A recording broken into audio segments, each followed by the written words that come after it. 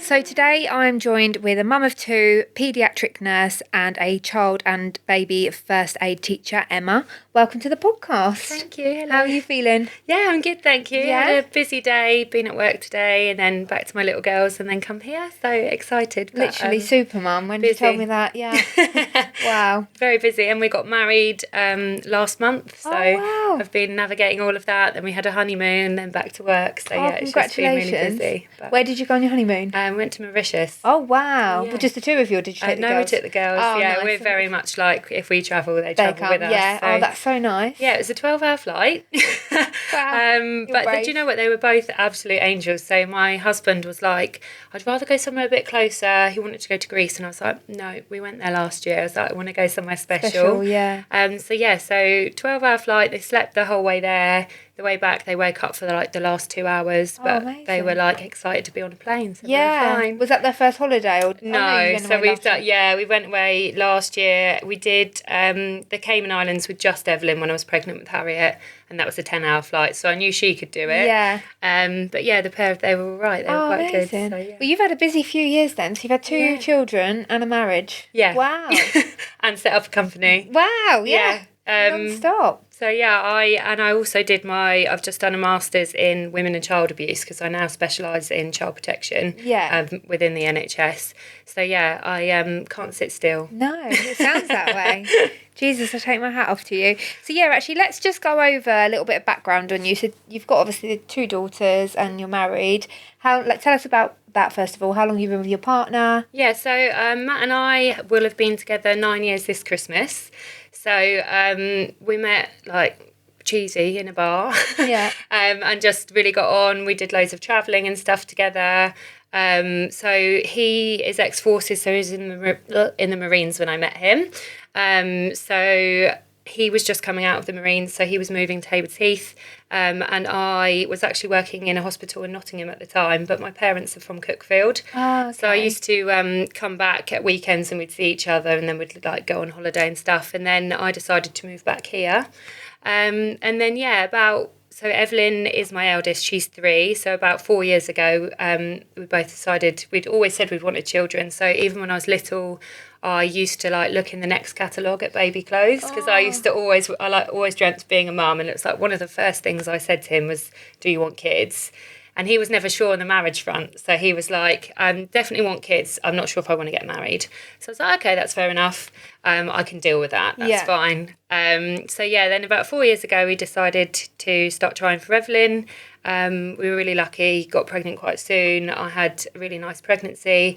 I'm one of those really weird women that says she likes giving birth. I really enjoyed that experience. I love it all being about me. I know that's and then the after bit when you're like, I just done that. Like, it's incredible. Like you're so in awe of your body, aren't you? Yeah, like honestly, I loved it. The actual, when you think back, the pain's awful, but the actual sentiment of it afterwards, I love. Yeah, and like that adrenaline after I had her, and same with Harriet, just fueled me for ages. I was just so in awe of my beautiful baby and what my body had done. Yeah.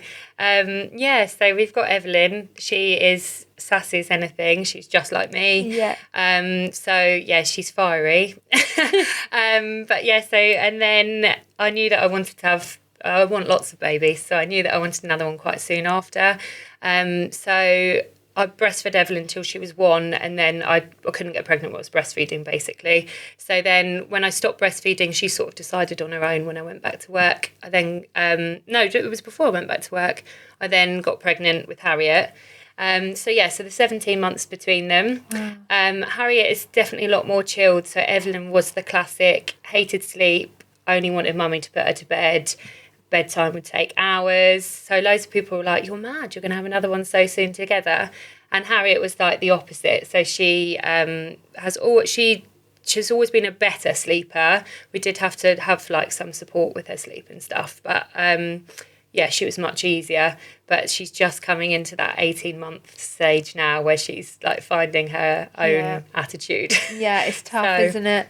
But I almost think as well, having them close in age, you sort of get that over and done with, the lack of sleep, so you're used to it. I think with me, I had 11 years, so I had this full sense of security, it was going to be great, and then done it You before, just forgot, it'll be fine. I just forgot. And then now I'm like, he's 3 and I still, like, the last 3 nights he's got up about 2 or 3 times, and it is like he's starting to have growing pains in his legs, and then he wants a drink and all these different things. Yeah. And I'm like, oh God, I really don't miss this part. Yeah. So, yeah, it is. Yeah, Evelyn up until Harriet was born was a terrible sleeper, and now she's a really good sleeper actually. So sometimes she messes around a bit at bedtime, but we tried all the sleep training with her, the sort of going in every 3 minutes, going in every 10 minutes, and I vowed I would never do that again with another baby because it traumatised me probably more than her.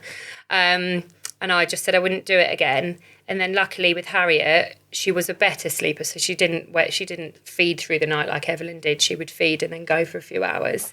But then one of my friends from school, actually, she trained to be a sleep consultant. She said, I could do it as like a trial for you. Yeah. And she just had a completely different approach, which was really great for me because I said to her, I'm happy to trial whatever you want to suggest, but I'm not leaving her to cry. No, see, that's one thing I couldn't do. Yeah, so she was really good, and she did a lot of like in-room settling, so I never once had to leave her, and I still cuddle her to sleep every night and then put her down, and she sleeps through. So they are very, very different.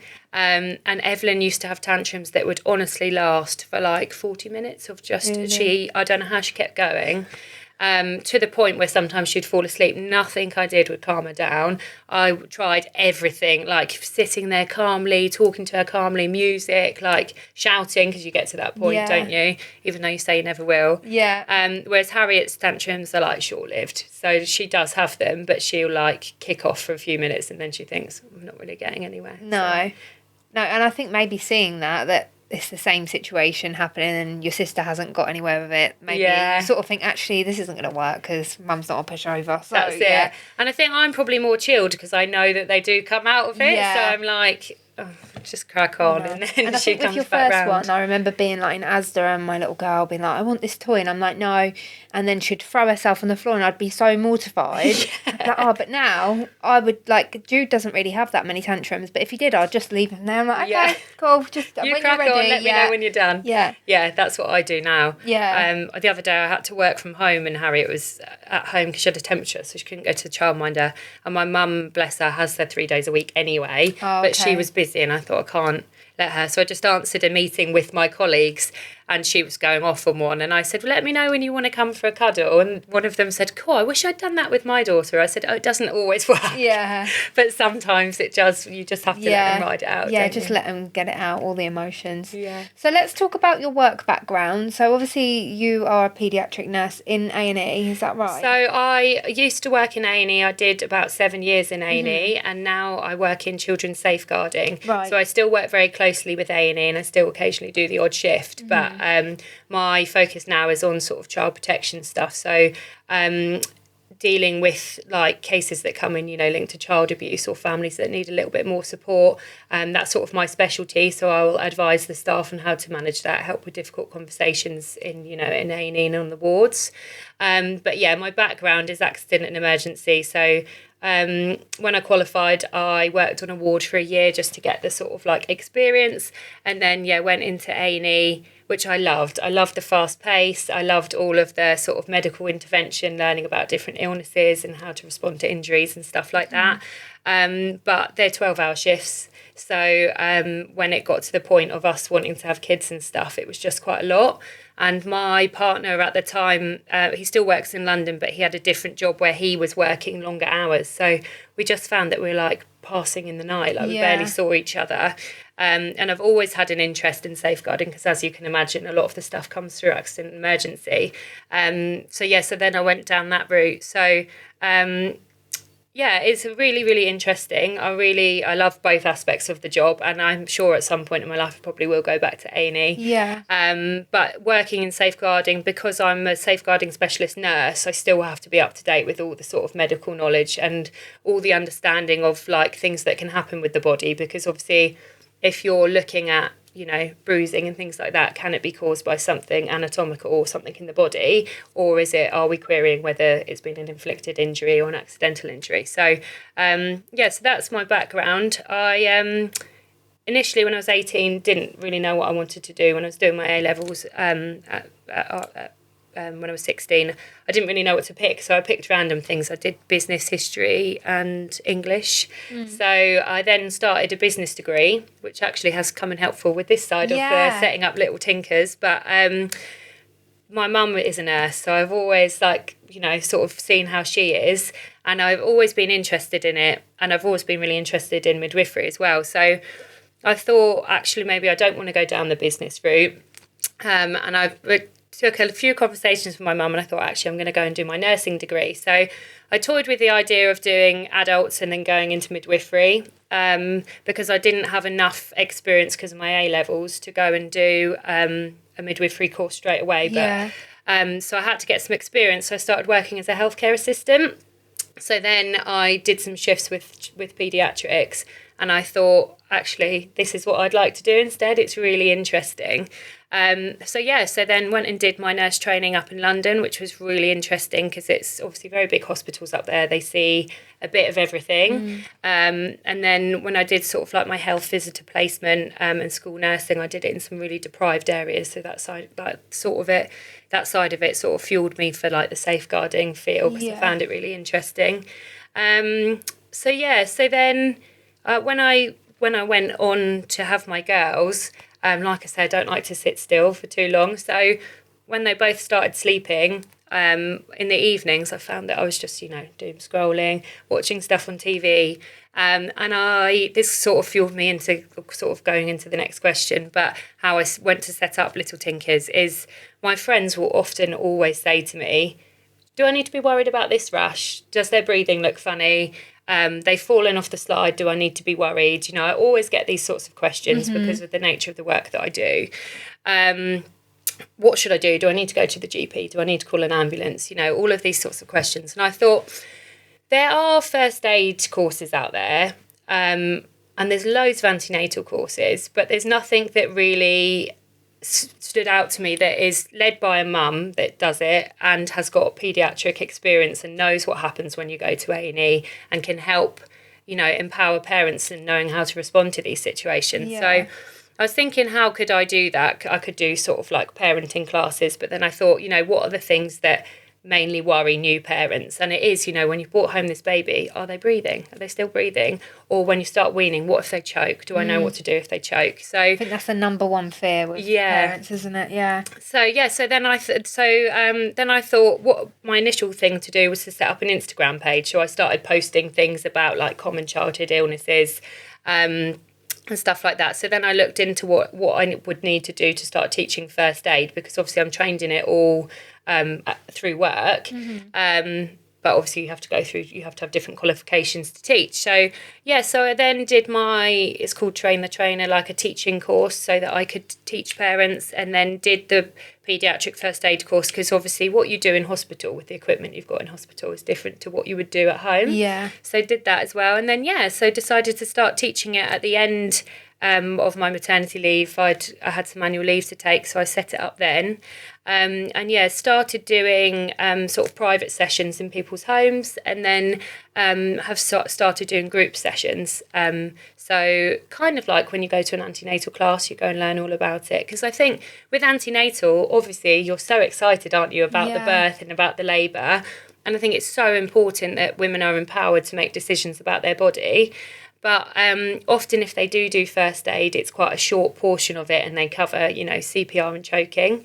And I thought, actually, it's really important, and this is why our course is a little bit different, is we teach about common childhood illnesses and how to identify if your little one is critically unwell, and most importantly, how to respond to that. Yeah. So that's kind of how I got into it, and then was getting really good feedback of it. So I do one course a month at the moment. That's a group course, and then I obviously have availability for private courses. That's amazing. And do you know what? It should be like, we should have to do that, because I haven't done one, but that's why I really wanted to get you on, because there's so many things that I worry. I'm a bit of an overthinker anyway, but then I also think, I don't want to waste the doctor's time or A&E's time, and I'm thinking, because I know I'm a bit of a, not a hypochondriac, that's not the right word, but I know I overthink it, and I think... But it's so easy to now, isn't it? Because you've got to think, like, you go on TikTok, you go on Instagram, you go on Facebook, and there's people posting, you know, their stories about terrifying things that have happened to Yeah. their babies. And, you know, sometimes it might be rare and sometimes it can be something that frequently happens, but you don't know that. So then what do? You Google things, and there's such a sea of information out there, and you automatically, as a parent who cares for your baby more than yourself, you care for them more than anything in the world, you're going to read and you're going to worry about the most scary things. So it's really difficult for anybody, but for parents in particular, to differentiate on what they need to actually worry about and when they need to be seeking help, and actually things that are more unusual and that actually they could maybe monitor for a period of time. In regards, going back to your safeguarding, now that you're a parent yourself, how do you put that wall up to not take it home with you? So that is... I mean, I won't lie, since I've had the girls, I've definitely found it more challenging. And the same with the A&E, you know, I've been in there when children have been brought in that have passed away. I've been there trying to resuscitate babies. I've had all of that experience, and it is difficult to switch off from it. And I think my approach to it now is I'm doing everything in my power to try and help that child and to try and help that family. So whilst I won't lie, I do sometimes come home and think about it, and I do often think, gosh, they were the same age as Evelyn or Harriet. I just have to switch myself into that mindset to think I'm doing the best I can for this family, I'm doing the best I can for that child. So yeah, it is a challenge, but it is. I think I've done it for so long now. And, you know, I have got a really good team around me at work, and two of the girls that teach on the course with me, they're really good friends. You know, we go on nights out and we'll have that sort of debrief, you know, that we need. And it's about having support. You know, I'm really close with my mum and dad. Obviously, my mum's been a nurse for years. She's retired now. But it's all about the support and the people you have around you. And I am really, really fortunate to have a really good support network. That's really good. And I suppose with them all being in that field, they really understand, whereas somebody that worked in a supermarket, friend, probably wouldn't have that same response. Exactly. So I just think that's incredible how you've obviously gone from one thing to another and then built from that with having your two children. I'm sure everyone is like, how have you done that?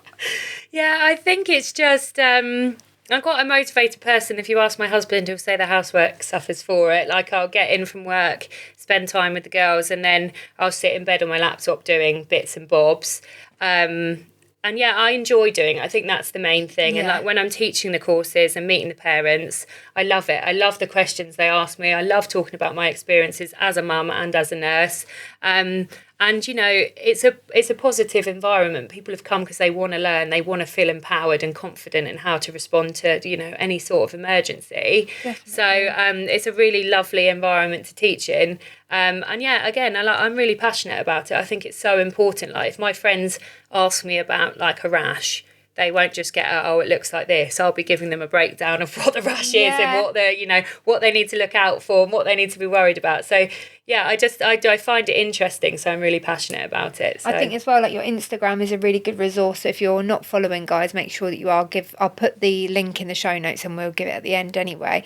But it's a really good resource to go to if you've got any quick fire questions that you've got so many things on there that they can look through and scan through. Like, I was looking through earlier and it was like what to do if they're choking, and then there's like, you know, different clips and stuff.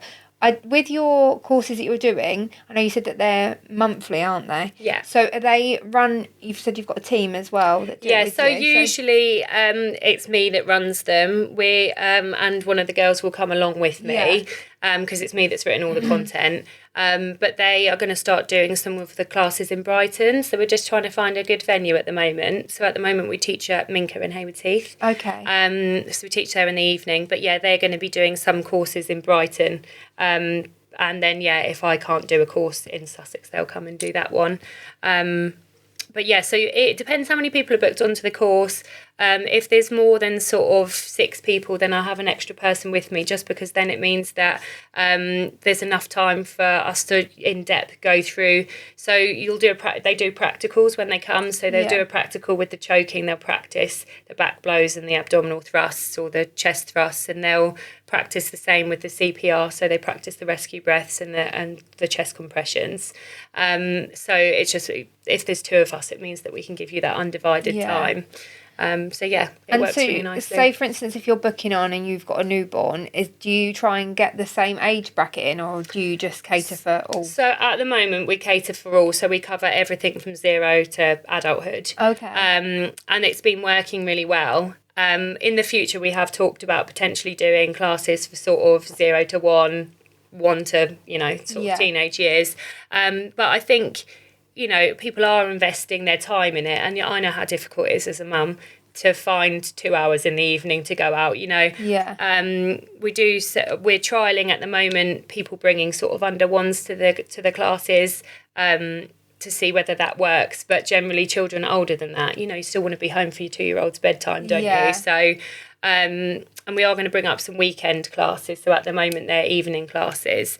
But yeah, so covering that whole age range, it means that if you don't have an opportunity to come back to a class when they turn 2 to 5 or whatever it is, that you've got that full cover up until they're older. And it also means, if you're looking after other people's kids, you've got your nieces, nephews there, you would understand how to respond to them. Yeah. Because the technique that you use for CPR changes from 0 to 1, then 1 to 8, and then 8 and adulthood. And then the same with choking. Babies under 1, it's a different technique to what you would use in children over 1. So we cover it all, so that then, if you've got different ages of children as well, it means that you've got the knowledge for all of that.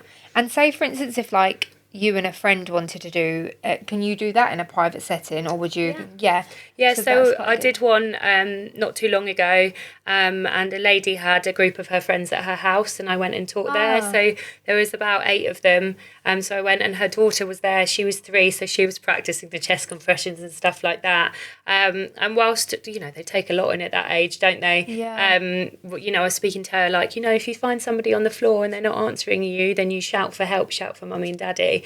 And they loved that. They loved that they could be involved. And obviously, I think it is really useful for kids from a young age to learn what to do if there is, an emergency, because sometimes it might just be you and your mum in the house. Definitely. I mean, it is with me and my kids. So I know obviously I've got the older one, but she's out doing whatever now. Yeah. So and do you know what? I actually did have that where I've just told you I've got really bad kidney stones, and I had to go to A&E, but I was in agony, and I just had me and my son there, and I had to ring my sister and be like, you need to come and get him. But I was like, at the point I couldn't speak. I was in that much pain. So it is, but he didn't understand. I haven't gone through that with him, but I definitely will after this conversation, what to do. Yeah, even just, there's Evelyn will often pretend to be on the phone to daddy when he's at work, Yeah.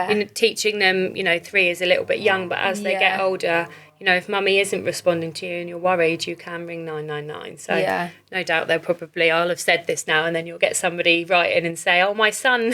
Yeah, no, kept ringing them. Do you know what? Me and my sister used to do it all the time when we were younger, and I remember I'd broken my arm. My mum tells this story all the time. She said she'd run me a bath and I'd broken my arms, had the cast on, and there was a knock at the door, and it was the police, and I'm upstairs and I've peeked down, I'm completely naked just with this broken arm.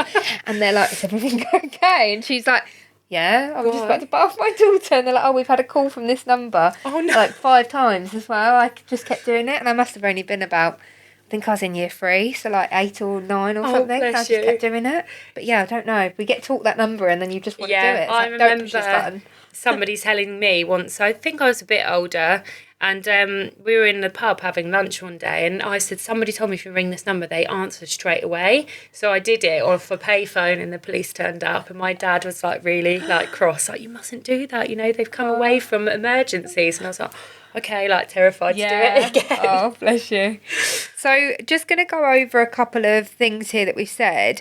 When I said to you earlier on about, it's hard to trust your gut on what to do with it, I know that you've said that it's really important that you do that, and you advocate for your child and make sure that your voice is heard, because obviously you know your child better than anyone. Yeah, so I teach this at the beginning of all my courses, and I always say it to patients that I engage with all the time.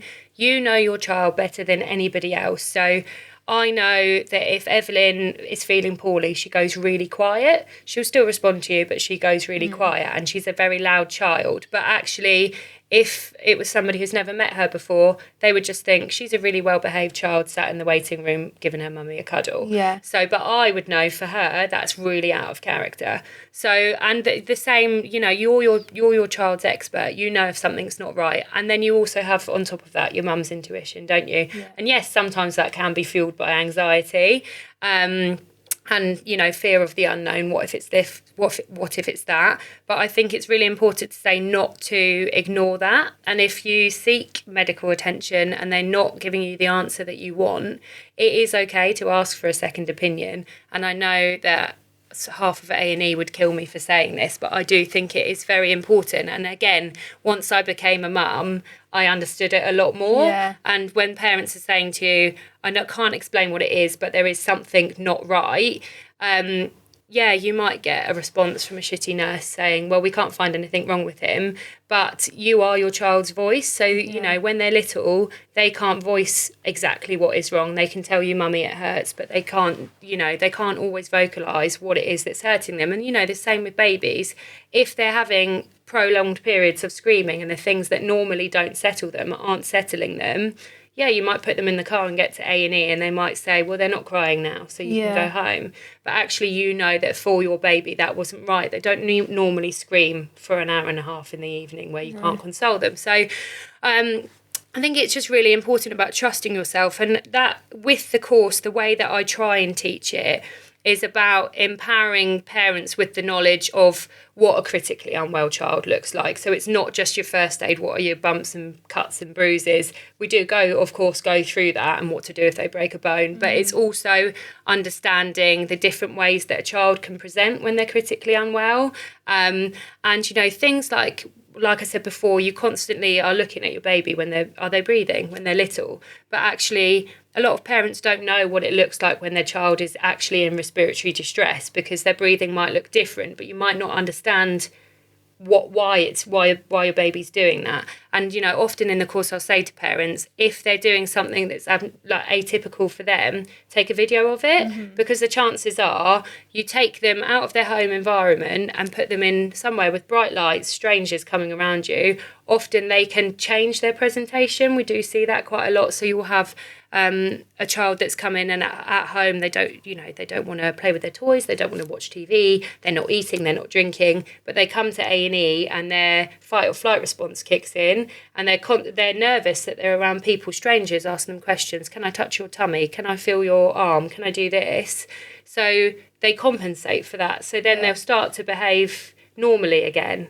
So we hear that so often, don't we? Like they were really bad at home and then we got here and they're fine. Yeah. I have that so many times. All the time. That's Dude often. cracked his eye open when his dad's got a swimming pool and he swam into the step and it was like bleeding there.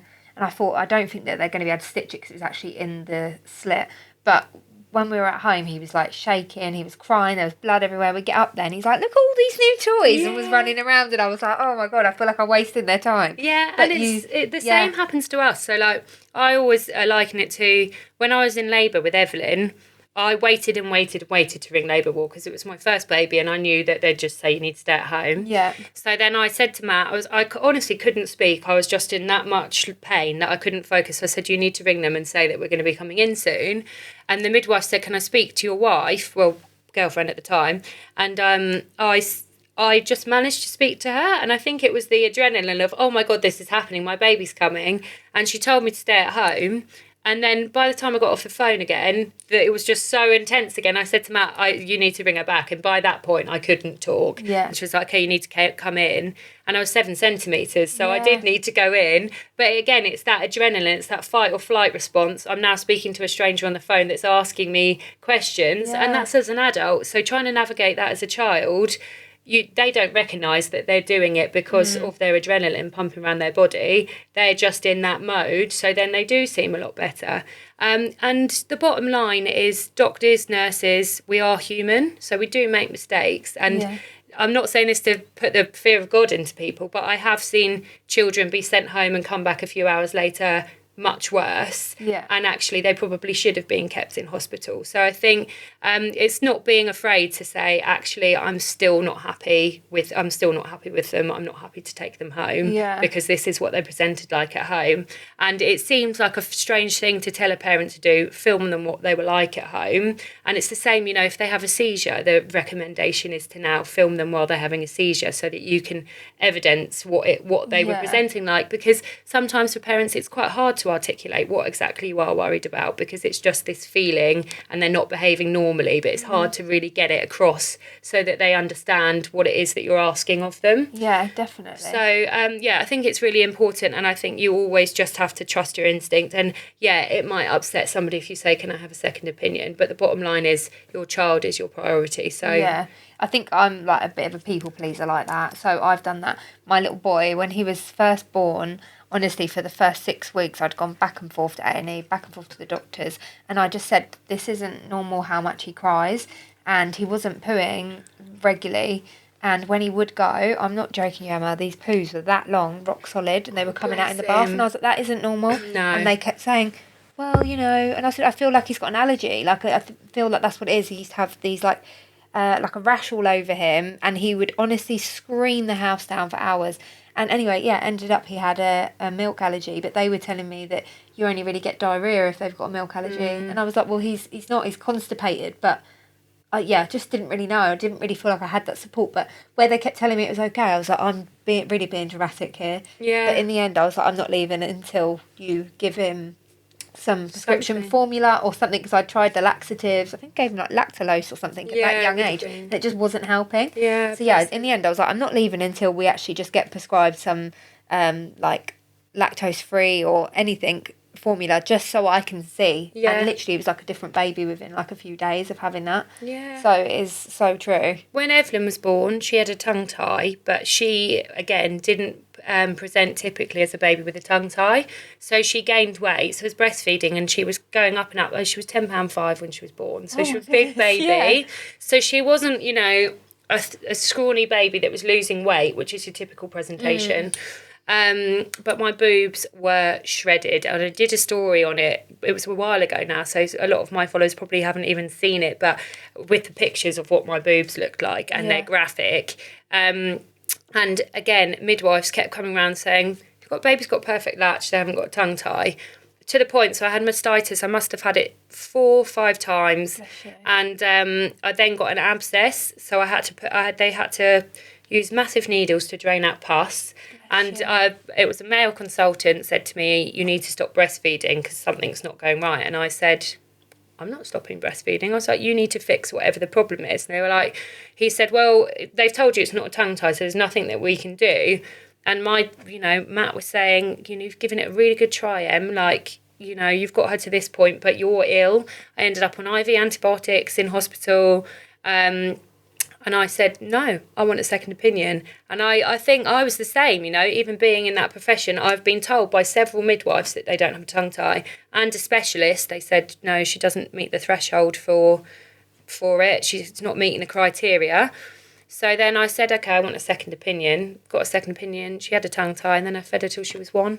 But I've still got scars on my boobs from it. So that's all from them not listening, really. Yeah, all from them saying, no, she didn't have one. Do they do tongue ties, like they cut them quite a lot privately? Yes, they do. Well, I remember when I was pregnant with Jude, obviously, your algorithm is all just like babies. I remember seeing like loads of people getting that done privately, so they don't offer that through the hospital. So they do offer it, but it's a 6-week wait. Well, it was when I had Evelyn. It might have changed now, I don't know, but it was a 6-week wait to be seen. So she was seen initially after the 6-week wait because of my boobs, and then I got referred to the infant feeding team, and it was luckily somebody that was coming over to the house and working with me there managed to get me a second opinion, because we had booked a private appointment, but she said, she'll see you. I think she saw me that day. And then she said, she has got a tongue tie, so they snipped it. So then before I left hospital with Harriet, I said I'm not leaving until somebody checks it, because midwives aren't, or not all midwives are qualified to check it. You actually have to have a separate qualification. Oh, I see. But I didn't know that, because these midwives, and I haven't done maternity training. The midwives just said to me, actually, she hasn't got one. So then because of that, I did loads of infant feeding research, so I know a lot about breastfeeding now, a bit off the back of that, and worked really closely with the infant feeding team at Haywards Heath because of it, and they were excellent. They had loads of knowledge, but there's so many pressures on all areas of the NHS that actually it's a very quick, you get seen very quickly by the midwives. They don't have an awful lot of time to sit with you with regards to feeding and stuff like that, and I think it puts a lot of people off. And there's a lot of it goes back to those mixed messages. I must have been told several different things by loads of different midwives, all conflicting information. So I actually got to the point where I listened to the lady from the infant feeding team, and I spoke to a friend who was a nurse in A&E as well, because her son had a tongue tie. So I just decided to go off those two. Any information they gave me, I then researched. But I mean, what an awful lot of effort. If you weren't that bothered about breastfeeding in the first place, you sure as hell weren't going to continue. No, and especially after you've given birth, your hormones are all over the place, you're in pain and you're in hospital yourself. Yeah. It would have just been the easier thing to say, okay, give up. But then that's your journey done. Yeah. That's not fair. And I was adamant that's what I wanted to do, to the point where everyone was telling me to stop. And I was like, I'm not doing it for any of you. I'm doing it for me and my baby. And then similar with Harriet, she had a cow's milk protein allergy and I breastfed, but they were saying, so she did have the diarrhea and she had episodes of screaming when I'd had dairy, but they again were saying it's very rare for them to have a cow's milk protein allergy. Again, she's not losing weight, she was vomiting, but she was quite a chilled baby when she wasn't in pain from me having dairy, so I cut out dairy and soy. And she was like a dream baby after that. She slept for way longer. So again, it goes back to sometimes they do get it wrong. Yeah, well, it sounds so stupid, but at the time, obviously I'd had I think it was about 7 weeks by the time I actually ended up going on to that formula. But I was actually breastfeeding him. And I know that this sounds so stupid now that I'm in a level head. But I didn't think just stop having dairy. That didn't even enter my head. And no one said that to me even when I was going there to try it. And then after I was like, oh yeah, if I, you're just not in the right headspace. Yeah. Where my head was going 100 miles an hour. I just was like, I can't deal with this screaming. I haven't slept. It was awful. And then on top of that, obviously my daughter was 11. It'd only been me and her for that many years. And then all of a sudden we've got this screaming baby. I didn't feel like I had enough energy, trying to be there for her as well. And it was just too much. But yeah, if somebody literally just said those things, don't have dairy or soy, I would have cut it out. My friend Emma, who's both of hers have had dairy allergies, and one of the consultants actually said to her, it's almost impossible to cut all dairy and soy out because they're allergic to both. You'd be better off putting them onto a formula. And she was like, absolutely not. And she really helped me, guide me through it, because dairy's easier to cut out because there's loads of vegan stuff. Yeah. So once I'd got into a routine of what I could eat, couldn't eat chocolate, which was devastating, but it did help with the weight loss journey, so that was fine. And then I cut out soy because she still had some of the symptoms.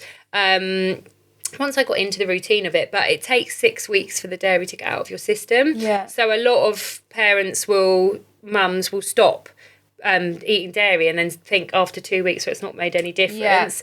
I think there's probably not enough knowledge with some GPs about, it takes 6 weeks to cut it out of your milk.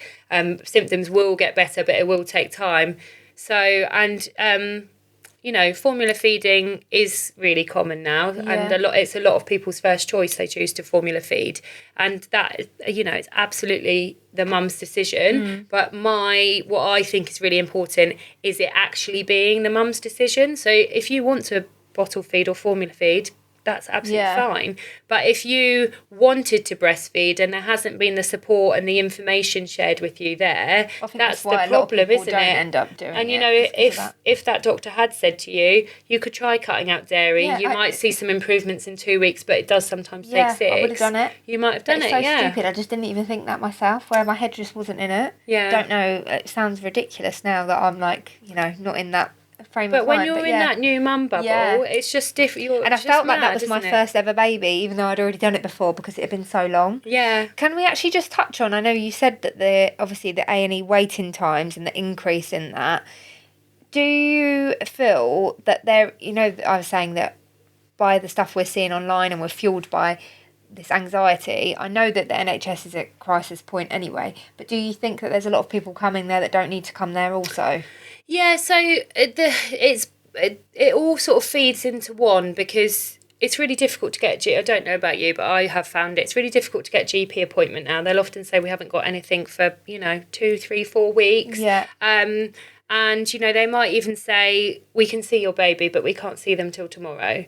And I think a lot of parents are so worried, and that's understandable that you would be worried, because it goes back to nobody teaches you what you need to be worried about in an illness. There's no education on that. You don't get taught that when you leave hospital. Yeah. So there's anxiety there, and that people don't know what they're looking out for, or how, even with injuries, they don't know how to respond to them. Can I monitor them at home? Can I treat it with, a bandage and an ice pack, or do I need to go and see a medical professional? Because the information's not shared. So a lot of people will come to A&E because they can't get a GP appointment, or they're just unsure.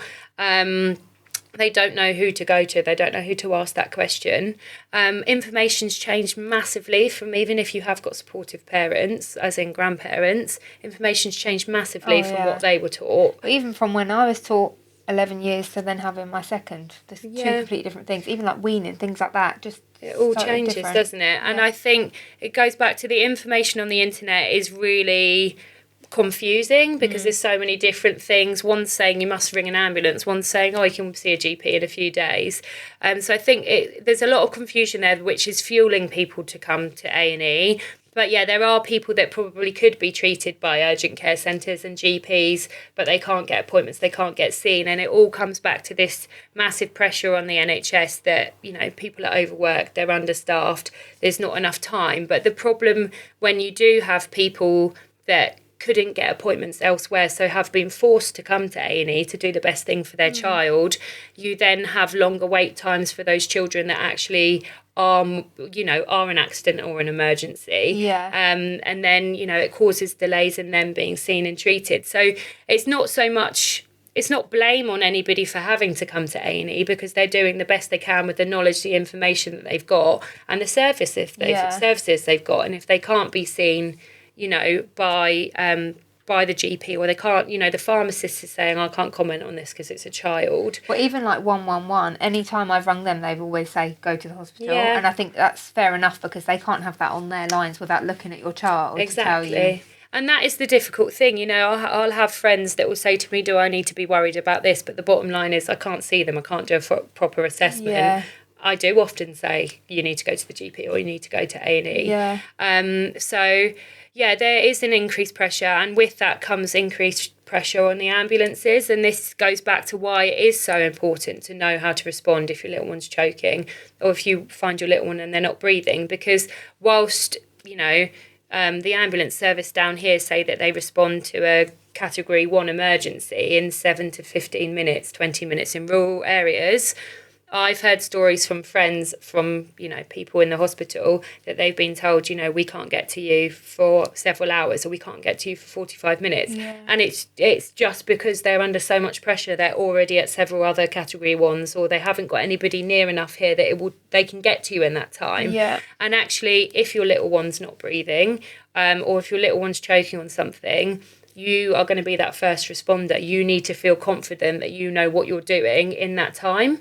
And you're not taught that. So I do think at some point, I don't think we'll ever get to that point in this country, but I think first aid should be offered to parents 100%. Before they leave the hospital. I was just about to ask you as well, do you think that is like the pivotal time just after you have a baby to do this training? Yeah, I would say so, or even when you're pregnant, because when you're pregnant, you've got that little bit more time, and you're excited, you're preparing for them, so you gain that knowledge.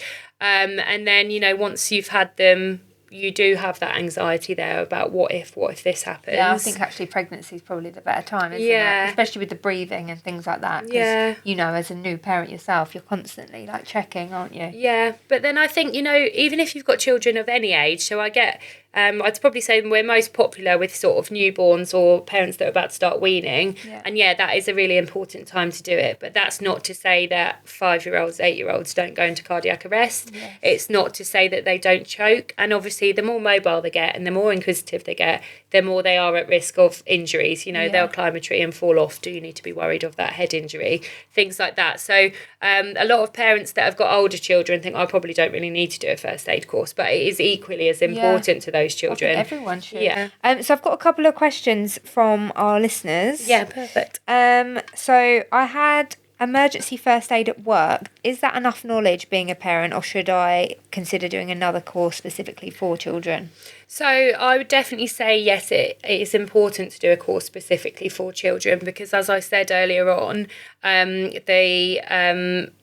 the way that you would respond to an emergency in a child varies very differently to an adult. So for a child, the mouth positioning when you're giving CPR is different, and the way that you give the chest compressions is different. So first of all, it would cover that. Again, with the under ones and choking, the technique is slightly different with younger babies than it is in adults and older children. And then specifically, it depends which first aid course. Obviously, I'd always say do ours, but that you were interested in doing.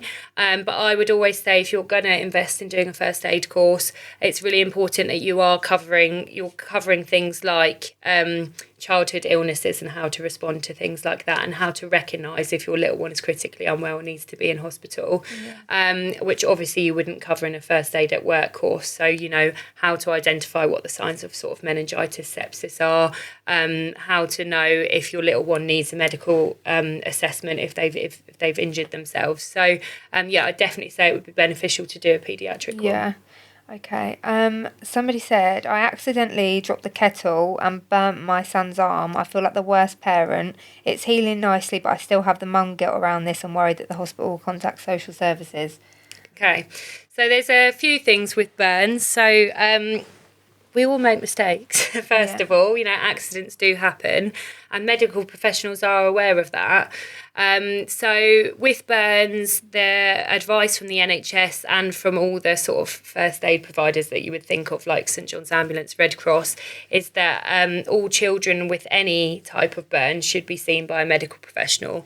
There's a few reasons for that, because there's different degrees of burns. So to anybody who's sort of untrained, you might not recognise how many layers of skin that burn has gone through, how much damage that's caused, has it caused nerve damage? And, you know, sometimes there's professionals in the hospital that can't answer that. We'll often consult with the burn specialist unit before we treat and respond to the burn, and that will often determine sort of what dressings are used, whether they need a follow-up. And that's really hard for a parent to decide, basically. So we'd always recommend that they do have a medical assessment for their burn. The other thing is that burns are risk of infection, so you need to make sure that the dressing that's placed on the burn is appropriate for that sort of degree of burn, and making sure that it's being cleaned appropriately, so I would always recommend that if your little one burns themselves, seeking medical attention. With regards to the social services part of that question, as I said before, it all comes down to context with a referral to social services. So accidents do happen. You know, if you're coming in and you're saying, this was how it happened, this is the accident, and, you know, it's not a red flag for it being a child protection risk, they're not just going to automatically refer you to social services. No. And if they did have concerns about the presentation, they would have a transparent conversation with the parents to say, actually, we're a little bit concerned about this part of your story, or we're a little bit concerned about the level of the burn and the story that comes with it. And then they would have a conversation with you. And I think there's a huge stigma around social services that they're there to take your kids away. Yeah. And actually, a lot of the time, it doesn't even go up to that level. There's different thresholds for what they're referred to social services for.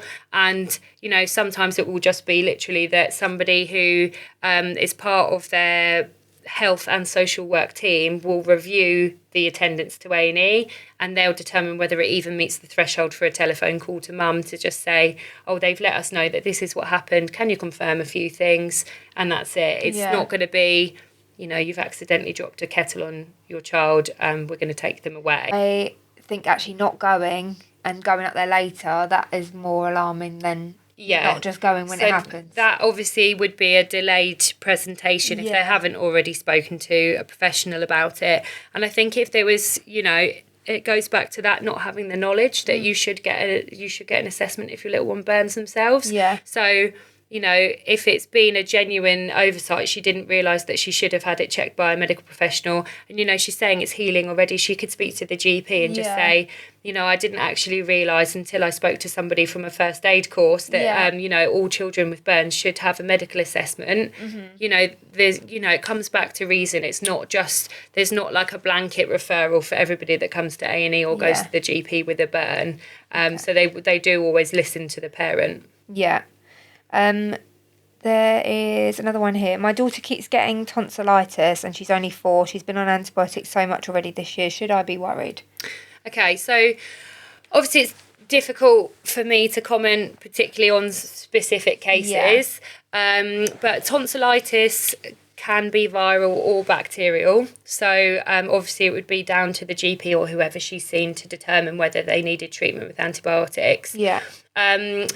If there's concern that, you know, it's recurrent tonsillitis, then that's a concern for the mum, I would say to speak to the GP and consider a referral to a specialist. So they can be referred to ENT, and then they would review why she keeps getting tonsillitis and what the care plan for that could be, because there's a few different pathways.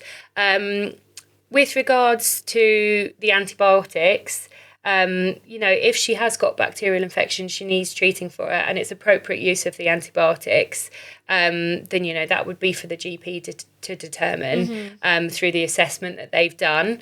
But I think viral infections you can get, but children can get between 10 and 12 a year, which is a lot. That's nearly every month, isn't it? So their immune system is learning to navigate all the germs that are in our world. So they can get under the weather. They can frequently get things. So I would be, you know, having that conversation with the GP. Is there anything I can do to help support her immune system a little bit more, or his immune system? Can't remember what you said.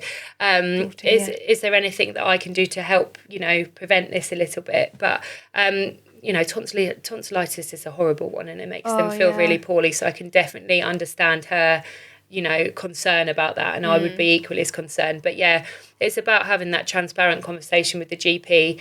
Does this presentation definitely meet the threshold for antibiotics? She's already had it 4 times in the last few months, and I'm a bit worried about the amount of antibiotics they're having. Are we sure it's not viral? Having those transparent conversations about them when they're doing that assessment, saying, do I need to treat it with antibiotics, or do you think it might improve? Could it be viral? And if it does keep coming, then asking for that referral into a specialist team to have a better oversight. I think years ago they used to just whip them out on everyone, and now if they can avoid it, they do. But obviously in some cases it needs to be done. And then I've got a question for you, which is basically me picking your own brain, really. So my little boy, I just feel like he falls over all the time, way too much and more than the average child. And I've said it to the nursery and they've said he is quite clumsy. So then I went and spoke to the health visitor who referred me to somebody at the hospital, and they said his leg does go in slightly, but where the bones are growing, he'll probably grow out of that. But that was like last year, and he's still falling over a lot. And I said to you before we started recording, he keeps waking up and saying, he's not saying he's got growing pains because he doesn't know how to say that, but he's saying his knees are hurting. But I remember as a child, I used to get growing pains, but mine would always be like in the back of my legs and in the front of my legs, not necessarily my knee. Yeah. Do you think, again, do I go off of my mother's intuition and just go and ask them to review that again? Yeah, I would. So I'd say, you know, I was reviewed a year ago. Yeah. These are still my concerns. This is what happened. This is what's happening. And I think I always say, if you're anticipating that you're going to like a GP appointment, before you go in, write down exactly what it is that you're worried about. Because when you're in there and then somebody starts talking and asking questions, you might forget that you actually wanted to say, oh, he's waking up 3 times a night and he's telling me that this is hurting, because they might have asked you questions and then you might have thought, oh, I haven't actually said what I wanted to say. So just write down before you speak to the GP or to the health visitor, before you speak to them, exactly what your concerns are and what you would like to happen. So I think that's always really important. So you would be saying, I'd like it if they were reviewed again by whoever it was, the orthopaedics, I assume, at the hospital. So that you are telling them what your expectations are, because they might just say, okay, we'll document it and we'll review it in a year. So, and not because they're being lazy, they just, sometimes it's, we're so overworked, you might not be clear. So, sometimes it's going in and saying, actually, they've had this and this, I want a blood test. And they think, oh, right, okay, the mum's requested a blood test. And they do, in their assessment, consider what the parent's asking for. So, if it's still ongoing and it's still causing him problems. Yeah, and I just find he, can't walk as far as, what I remember my daughter walking, for instance. He's always like, oh, my legs are tired. And he's always falling, even holding my hand, he's falling over all the time. And I'm, always covered in bruises. Yeah. And I'm like, oh, it's getting a bit... It feels like it's not getting better. It's getting worse, if anything. So I mean, children absolutely are clumsy. And as they're growing up, their heads are heavier and bigger than the rest of their body. So it does make them, slightly off balance. But as he's coming sort of into that, he's 3 now. And you're noticing that it's impacting him, and they've said about his legs before. I think it's definitely worth getting it reviewed again. Thank you. Well, thank you so much for coming on today. I think this is going to be a really great episode for everyone to listen to, and I'm sure many of them will be booking on for your courses. Do you want to let everyone know where they can find you on socials? Yes, so our Instagram handle is littletinkers999, and then on there is our email address, so you can just ping us an email or send us a WhatsApp. The number's on there as well, if you're interested in booking on one of the courses, and then I can send you through the details about what we cover in the course and how to book. Perfect, thank you. Guys, I think that would be a really good girls' night in, to be honest, as well. Getting a few of you around with a cup of tea or a glass of wine, whatever. Maybe not the wine, actually. I'd go wine. Oh, would you? There you go. Well, you'll relax then, aren't you? And then you're way more likely to actually want to do the practical, and it's not as awkward. And, There used to be Anne Summers parties, but now we're going to be doing little Tinkers parties. So here we go. Guys, make sure you're following us on Instagram and TikTok and YouTube at Mummahood The Podcast. Please review us on whatever platform you're listening to us on, and I will leave Emma's details in the show notes as well. Thank you for listening, and we'll see you same time next week. Love you, bye.